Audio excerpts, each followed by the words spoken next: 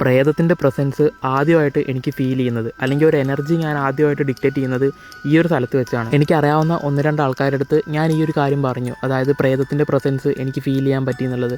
അന്നേരം അവരൊക്കെ എൻ്റെ അടുത്ത് പറഞ്ഞൊരു സംഭവമാണ്, നീ ഇങ്ങോട്ട് ഒറ്റയ്ക്ക് അധികം പോകണ്ട, കാരണം ഈ ഒരു കാടിൻ്റെ അപ്പുറത്ത് ഒരു പള്ളിയുടെ സെമിത്തേരി ഉണ്ട്. ചിലപ്പോൾ അതുകൊണ്ടായിരിക്കാം ഈ ഒരു കാട്ടിൽ ഇതുപോലത്തെ പാരാനോർമൽ ആക്ടിവിറ്റികളൊക്കെ നടക്കുന്നതെന്നുള്ളത്. ആ ഒരു സംഭവത്തിന് ശേഷം ഞാൻ ഏറ്റവും കൂടുതൽ സമയം സ്പെൻഡ് ചെയ്യുന്നത് ഈ ഒരു സ്ഥലത്താണ്. കാരണം ഇവിടെ എനിക്ക് അതുപോലത്തെ എനർജി പലപ്പോഴും ഫീൽ ചെയ്യാറുണ്ട്. ഇന്നാണ് അതിൻ്റെ പിന്നിലെ റീസൺ എന്താണെന്നുള്ളത് ഞാൻ കണ്ടുപിടിച്ചത്. അത് ഞാൻ നിങ്ങൾക്ക് പറഞ്ഞുതരാം. ചിലപ്പോൾ നിങ്ങൾക്കും ഇതുപോലെ അനുഭവിക്കാൻ പറ്റിയിട്ടുണ്ടായിരിക്കാം.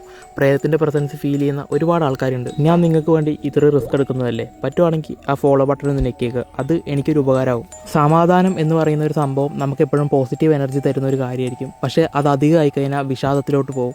അതേ ഒരു സംഭവമാണ് ഇവിടെ നമുക്ക് ഫീൽ ചെയ്യുന്നത്. ഈ ഒരു സ്ഥലത്ത് നമ്മൾ വന്ന് നിൽക്കുന്ന സമയത്ത് നമുക്ക് ഭയങ്കര സൈലൻസ് ആയിരിക്കും ഫീൽ ചെയ്യുക. ഒരു ഒറ്റപ്പെട്ട ഫീലായിരിക്കും നമുക്ക് എപ്പോഴും വരിക. അതുവഴി നമ്മുടെ മനസ്സിൽ ഓൾറെഡി ഉള്ള ഫോബിയാസ്, അതേപോലെ തന്നെ ആൻസൈറ്റി പ്രോബ്ലംസ്, ഇതെല്ലാം ഈ ഒരു സ്ഥലത്ത് വന്നു കഴിഞ്ഞാൽ നമുക്ക് കൂടുന്നതായിട്ട് അനുഭവിക്കാൻ പറ്റും. സെമിത്തേരിയിൽ പോകുമ്പോഴും നമുക്ക് അത് തന്നെയാണ് അനുഭവിക്കാൻ പറ്റുന്നത്. നമ്മളെ പേടിപ്പിക്കുന്ന രീതിയിലുള്ളൊരു സൈലൻസ് ആയിരിക്കും അവിടെ സംഭവിക്കുന്നത്. ഇതേ പ്രോസസ്സിങ് തന്നെയാണ് അവിടെ നടക്കുന്നത്.